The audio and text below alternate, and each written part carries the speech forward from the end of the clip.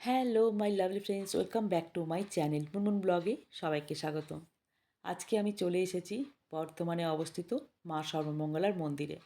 ভিডিওটা অনেকদিন আগেই করেছিলাম, কিন্তু আমার পোস্ট করা হয়নি। আজকে সময় পেয়েছি, তাই তোমাদের সাথে শেয়ার করছি।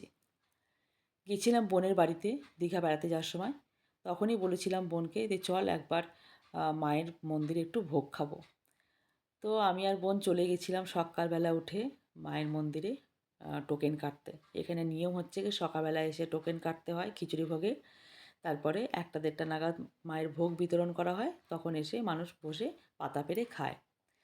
তো সেই জন্যই গেছিলাম দুজনে মিলে। আর মন্দিরটা কিন্তু বিশাল এরিয়া জুড়ে একটা মন্দিরটা। দেখেই বুঝতে পারছো তোমরা, আমি যতটা পেরেছি ক্যামেরাবন্দি করে নিয়েছি। তো আগে আমি জানতাম না এই মন্দিরে মায়ের কোন অংশটা পড়েছিল মা দুর্গার। তো এবারে গিয়ে জানতে পারলাম যে এখানে নাকি মায়ের নাভি পড়েছিল, মা দুর্গার নাভি পড়েছিল। ভীষণই জাগ্রত মা সর্বমঙ্গলা। ইনিও কিন্তু মা দুর্গা, দুর্গারূপেই কিন্তু এনাকে পুজো করা হয়। কিন্তু কোনো মূর্তি নেই, একটা সাদা একটা কালো কোষ্ঠী পাথর, তার মধ্যেই চোখ টোক আঁকা আছে। সেই রূপেই মাকে এখানে পুজো করা হয়। আর এই সাইডটা পুরো বাগান আছে। অনেক লোক কিন্তু এখানে থাকে, যেটা মন্দিরটাকে যারা দেখাশোনা করে।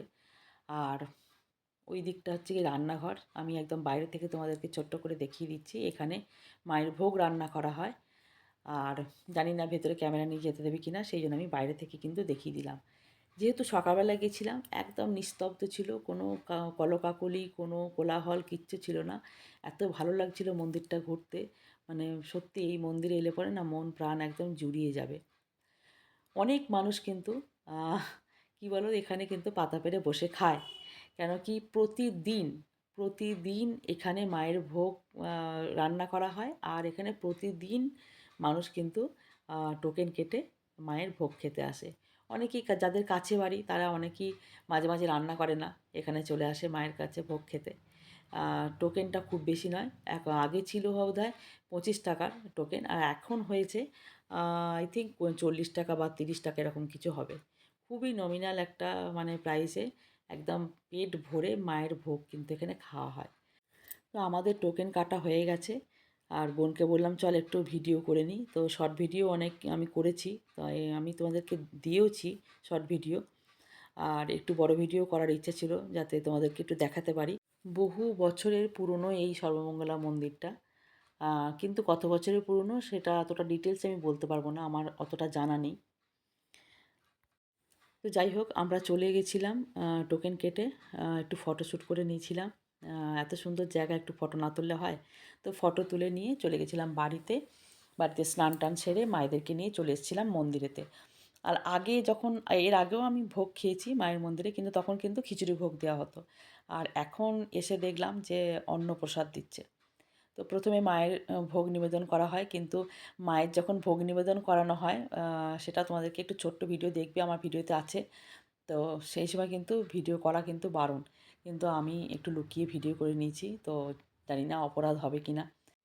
আমরা এখানে সবাই মিলে অপেক্ষা করছি, আগে মায়ের ভোগ নিবেদন হবে, তারপরে আমাদেরকে ভোগ দেওয়া হবে। তো মাটিতে বসে মায়ের ভোগ খেতে সত্যি এত যে ভালো লাগে, আর কি বলবো।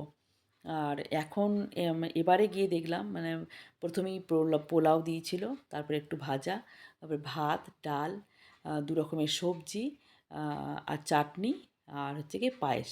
এই হচ্ছে গিয়ে মায়ের মানে প্রসাদ। তো খেয়ে আর কি মনটা একদম ভরে গেল। তো ভিডিওটা তোমাদের কেমন লাগলো একটু কমেন্টে জানিও অবশ্যই করে। আর যারা এখনও পর্যন্ত আসেনি মায়ের মানে সর্বমঙ্গলা মায়ের দর্শন করতে, তারা অবশ্যই করে এসো, নিজেদের মনস্কামনা জানিয়ে দিও। অবশ্যই সেই মনস্কামনা কিন্তু পূর্ণ হবে। তো আজকের মতো ভিডিওটা এখানেই শেষ করছি। সবাই খুব ভালো থেকো, সুস্থ থেকো।